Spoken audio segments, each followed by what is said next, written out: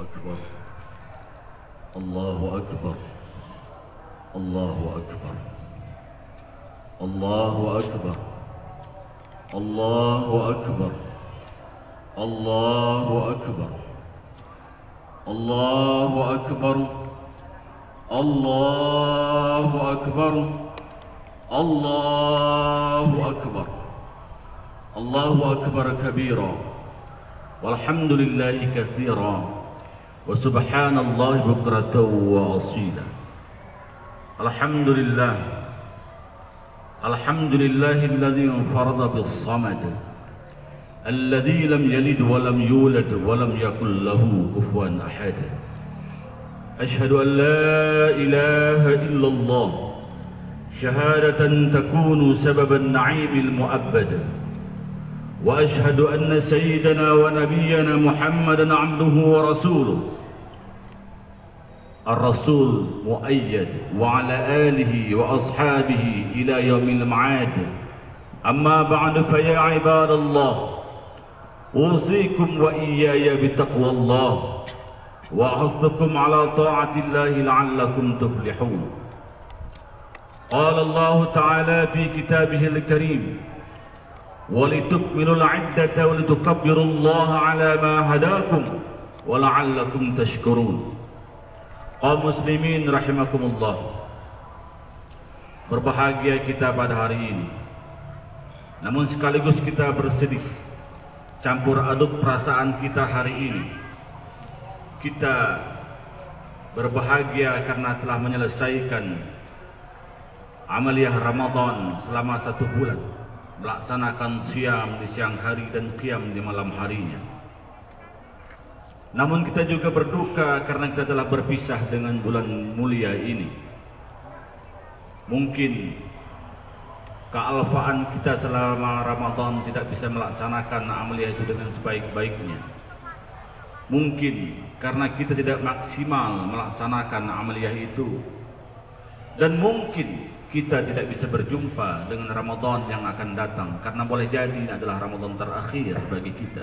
Wallahu a'lam, kita tidak tahu. Semua dalam genggaman dan rahasia Allah Subhanahu wa ta'ala. Hari ini lebih kurang 2 miliar manusia mengucapkan kalimat takbir Allahu Akbar, menggema memenuhi ruang angkasa jagat raya ini. Takbir sebagai pengakuan bahwasanya Allah segala-galanya dan kita adalah makhluk yang lemah, nisbi, relatif, dhaif dan tak berdaya. Kalau bukan karena Allah Subhanahu wa ta'ala, mungkin kita tidak bisa tergerak hati kita dan kita tidak sampai melaksanakan apa yang kita lakukan hari ini. Maka itu takbir yang bermakna Allahu Akbar sebagai sebuah pengakuan Allah lah segala-galanya. Ketika kita salat, kita angkat 2 tangan kita sebagai tanda menyerah dan taslim kepada Allah, Allah segala-galanya. Dan kita tundukkan muka yang kita anggap terhormat ini rata dia dengan kaki kita sebagai penghambaan kita kepada Allah Jalla Jalaluh, Tuhanlah segala-galanya. Darinya kita berasal, sekarang kita berjalan di atas muka buminya, dan kepadanya pula kita akan kembali. Allahu Akbar. Kaum muslimin rahimakumullah, Idul Fitri bermakna 2. Yang pertama, Idul Fitri adalah hari berbuka. Tidak boleh ada orang yang berpuasa hari ini. Setelah kita berpuasa selama 1 bulan penuh, maka kita harus makan hari ini. Dan kita sunat tadi sebelum berangkat untuk sholat di sini untuk memasukkan sesuatu benda yang kita makan atau kita minum dalam kerongkongan kita. Maka itu Rasulullah sangat menekankan, tidak boleh ada orang yang kelaparan hari ini, tidak boleh ada orang yang tidak makan hari ini. Syariat zakat fitrah tujuannya adalah sesuai dengan hadis Nabi, aghnuhum fi hadzal yaum, cukupkan orang-orang du'afa itu, orang-orang yang fakir itu di hari ini. Tidak boleh ada orang yang kelaparan hari ini. Dan disunnatkan untuk berzakat itu dengan makanan yang dimakan oleh bangsa satu negeri itu atau makanan pokok negeri itu. Kaum muslimin, suatu hari ketika Rasulullah akan berangkat ke lapangan melaksanakan sholat, lebih kurang jarak 500 meter dari rumah Rasulullah yang sekarang ini di Raudhah di Masjid Nabawi itu ke tempat musalla namanya, tanah lapang yang hari ini kalau kita umrah atau haji akan melihat ada satu masjid namanya Masjid Ghammamah. Di situ dulu Rasulullah sholat istisqa, sholat Idul Fitri, dan sholat Idul Adha. Suatu hari ketika itu beliau terlambat hadir ke lapangan untuk sholat Idul Fitri. Para jamaah telah menunggu, tidak seperti biasanya Rasulullah terlambat. Lalu Bilal bin Rabah datang ke rumah Rasulullah menjemput Rasulullah. Apa gerangan yang terjadi? Kenapa Rasulullah belum juga hadir? Ternyata tadi ketika akan berangkat ke lapangan, Rasulullah berjumpa dengan seorang anak yang menangis karena dia mungkin dianggap dibuli oleh teman-temannya karena tidak memiliki makanan yang enak dan tidak memiliki pakaian yang baru. Ketika melihat anak tadi menangis, Rasulullah menyapa dan bertanya, siapa gerangan namamu? Siapa ayahmu? Apa gerangan membuat engkau menangis wahai ananda? Si anak tidak menoleh kepada arah suara dan dia tidak tahu sebelumnya itu adalah Rasulullah. Anak tadi mengatakan, aku diejek oleh teman-temanku karena tidak memiliki pakaian baru.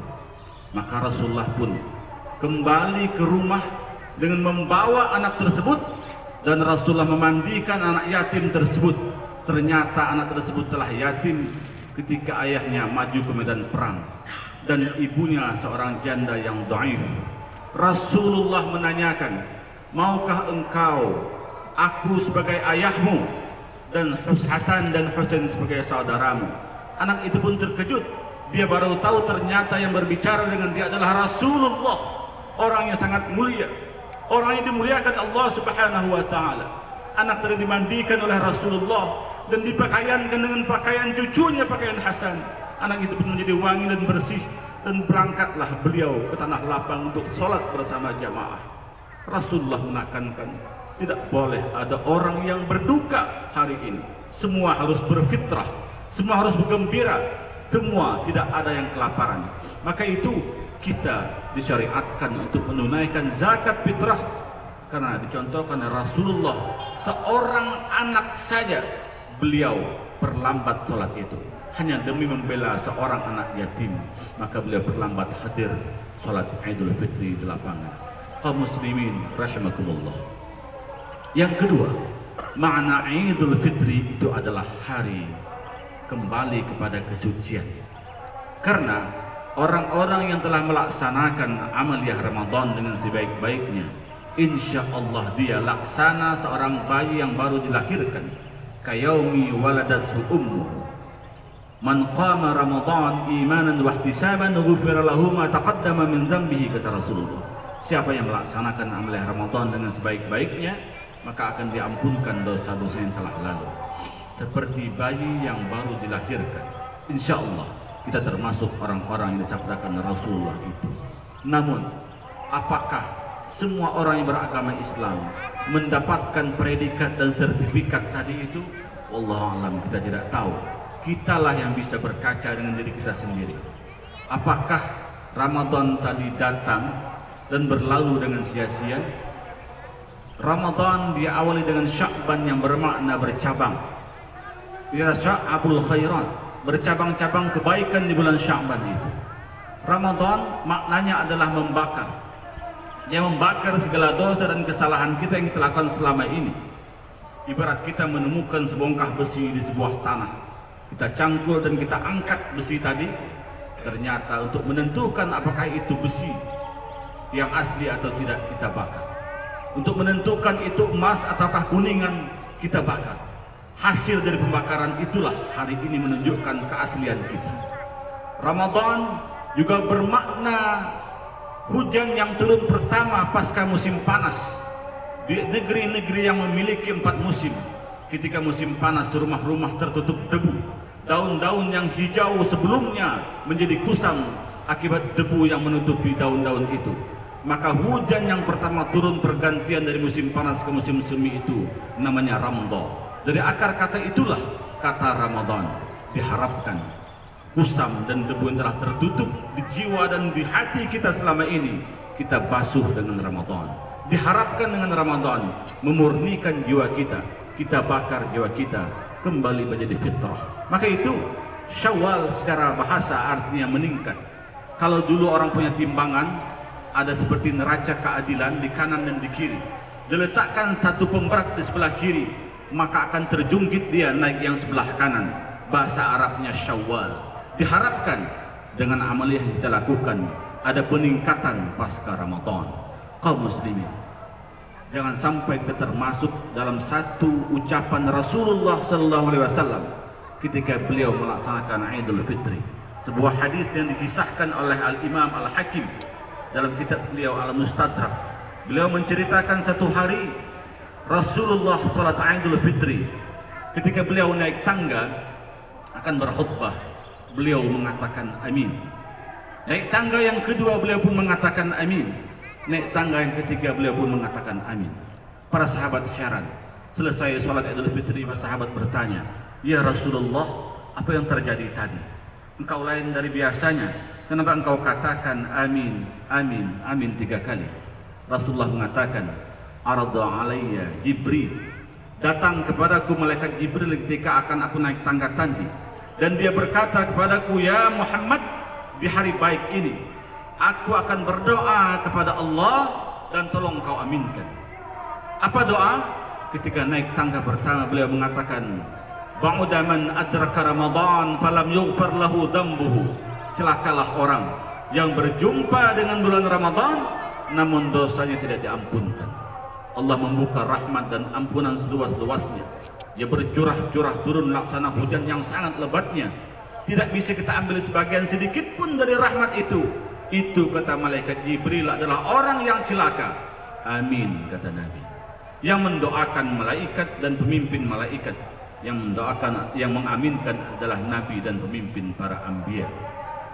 Begitu naik anak tangga yang kedua, malaikat Jibril mengatakan, "Ba'uda man dzukirta indahu falam yusalli 'alaika." Celakalah orang yang engkau disebut namamu ya Muhammad, dia tidak pernah bersalawat kepadamu. Itulah orang-orang yang lupa jalan ke surga. Dia lupa dengan jasanya Rasulullah sallallahu alaihi wasallam. Tidak pernah dia bersalawat kepada Rasulullah sallallahu alaihi wasallam. Kita terhadap orang yang pernah berjasa dengan kita, para pejabat, para pimpinan, siapapun dia, maka kita kunjungi ketika Idul Fitri. Kita teringat wajahnya ketika disebutkan. Tetapi kenapa kadang-kadang kita dengan Rasulullah sallallahu alaihi wasallam ketika disebutkan namanya, kita tidak pernah bersalawat kepadanya. Itulah orang-orang celaka, kata malaikat Jibril. Amin, kata Nabi. Dan ketika naik anak tangga yang ketiga, malaikat Jibril berdoa, "Ba'uda man adraka abawayhil kibar ahaduhuma aw kilahuma walam yudkhilahul jannah." Celakalah orang yang memiliki kedua orang tua yang masih hidup atau salah satunya masih hidup namun tidak masuk surga. Apa sebab? Karena tidak berbakti kepada orang tuanya itu. Itulah orang celaka, kata malaikat Jibril. Amin, kata Nabi. Ada orang yang memiliki orang tua yang sudah tua dan renta, kedua-duanya atau salah satunya yang masih hidup, namun sebab dia tidak berbakti pada kedua orang tua itu, dia tidak masuk surga. Dia sia-siakan kesempatan emas itu. Padahal doa orang tua sama halnya dengan doa Nabi kepada umatnya. Dan redha Allah terletak pada redha kedua orang tua. Redha Allah fi redhal walidain. Dan doa mama kita adalah keramat hidup yang bisa menentukan akan jalan hidup kita. Kaum muslimin, dalam Al-Quran Allah sering mengulang-ulang kalimat alladzina amanu wa amilus solihat. Selalu diulang-ulang. Allah mengulang-ulang aqimus salah wa atuz zakat. Tunaikan salat, kerjakan salat dan tunaikan zakat. Tapi ternyata ada ayat juga yang sering Allah iringkan. Apa itu? Anishkurli wali walidayya. Bersyukurlah kepadaku dan berterima kasihlah kepada orang tuamu.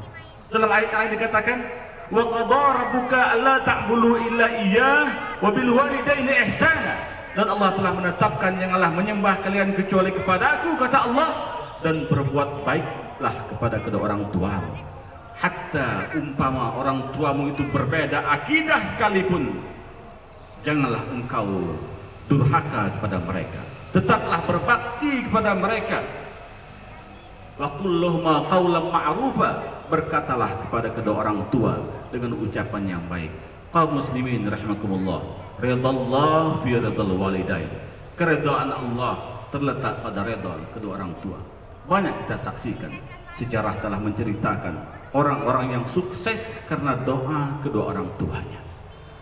Ada satu kisah yang sangat masyhur zaman Rasulullah, namanya Uwais Al-Qarni, seorang pemuda dari Yaman yang miskin, tapi dia sangat terkenal di langit dan menjadi wali daripada wali-wali Allah. Tidak ada amalan utamanya. Kisah itu sangat masyhur, bisa kita cari di berbagai literatur, dan ternyata dia adalah amalan utama tidak lain dan tidak bukan adalah bakti kepada ibunya yang sudah tua waktu itu. Maka itu Idul Fitri inilah momentum kita untuk silaturahim dengan orang tua utamanya, dengan kerabat, dengan handai talan. Pasca ini mari kita saling halal bihalal, saling memberikan kemaafan dan saling meminta maaf. Allah berikan 100 rahmat bagi orang yang saling bermaafan, tetapi Allah berikan 90 dari 100 itu kepada siapa yang awal mula meminta maaf. Maka itu silaturahim, silaturahim dan silaturahim. Nabi SAW katakan dalam sebuah hadis, innar rahmata la tanzilu ala qaumin fihim qati'ur rahmin. Allah tidak akan menurunkan satu rahmat yang di satu kaum itu ada orang yang memutus tali silaturahim. Asbabul wurud hadis ini ketika Rasulullah duduk di Masjid Nabawi. Rasulullah mengatakan, janganlah duduk bersamaku orang yang memutus silaturahim. Nabi tahu di situ ada orang yang memutus silaturahim. Sampai 3 kali dia mengatakan, jangan duduk bersamaku orang yang memutus silaturahim. Tiba-tiba seorang sahabat berdiri dan dia pulang ke rumahnya. Ternyata dia sudah lama tidak bertegur sapa dengan bibinya. Dia pun minta maaf dan datang kembali kepada Rasulullah dengan wajah yang berseri. Dia pun menceritakan kejadian tadi. Sesungguhnya dia sudah lama tidak bertegur sapa dan tadi dia telah minta maaf pada bibinya. Rasulullah pun sangat senang dan Rasulullah mengatakan, innar rahmata la tanzilu ala qaumin fihim qati'ur rahmin. Sesungguhnya rahmat Allah tidak akan turun pada satu kaum yang di situ ada yang mutus tali silaturahim. Mari lihat keluarga kita, adakah yang tidak bertegur sapa lebih dari 3 hari? Mari lihat kantor kita, apakah ada yang tidak bertegur sapa sudah lama?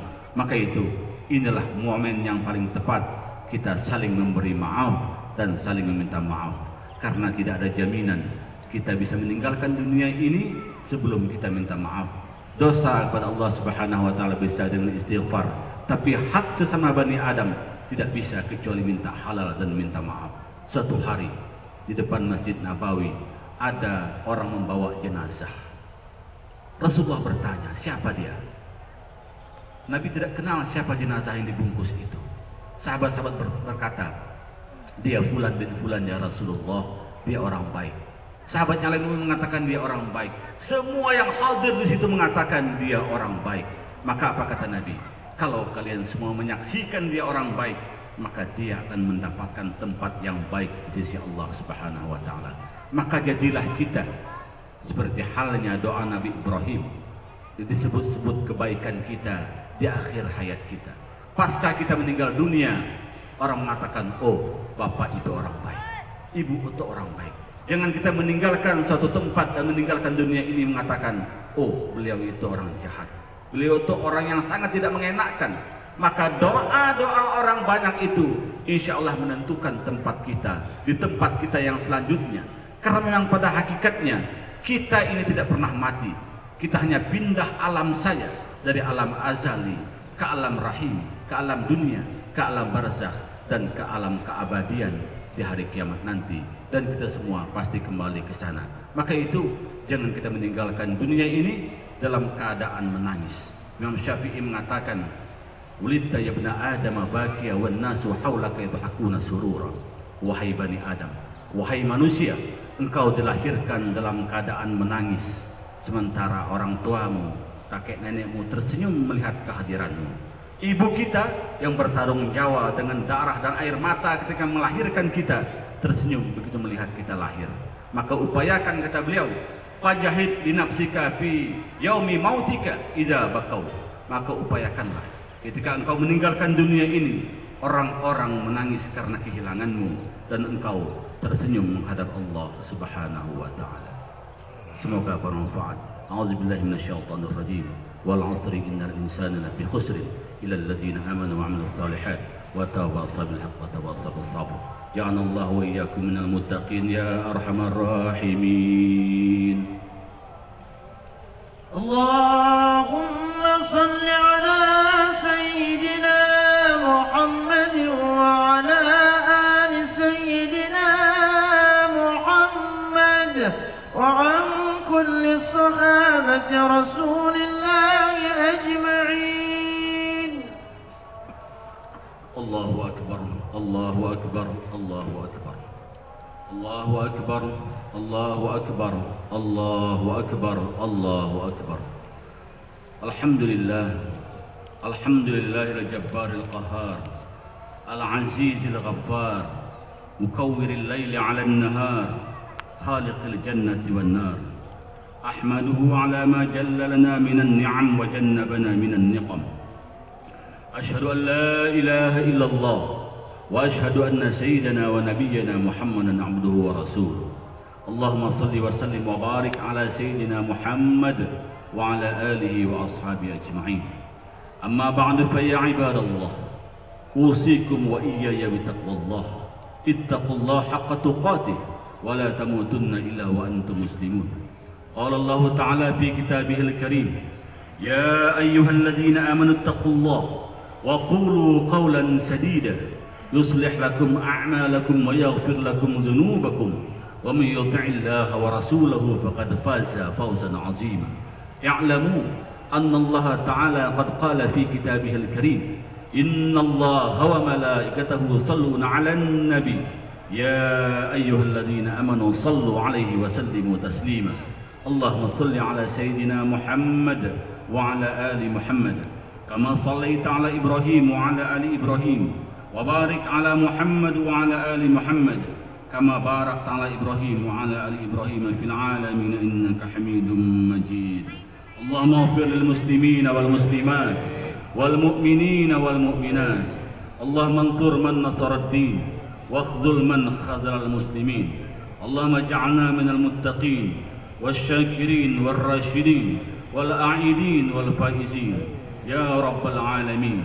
ربنا آتنا في الدنيا حسنة وفي الآخرة حسنة وقنا عذاب النار. عباد الله، إن الله يأمركم بالعدل والإحسان وإيتاء ذي القربى وينهى عن الفحشاء والمنكر والبغي يعظكم لعلكم تذكرون. ولذكر الله أكبر والله يعلم ما تصنعون.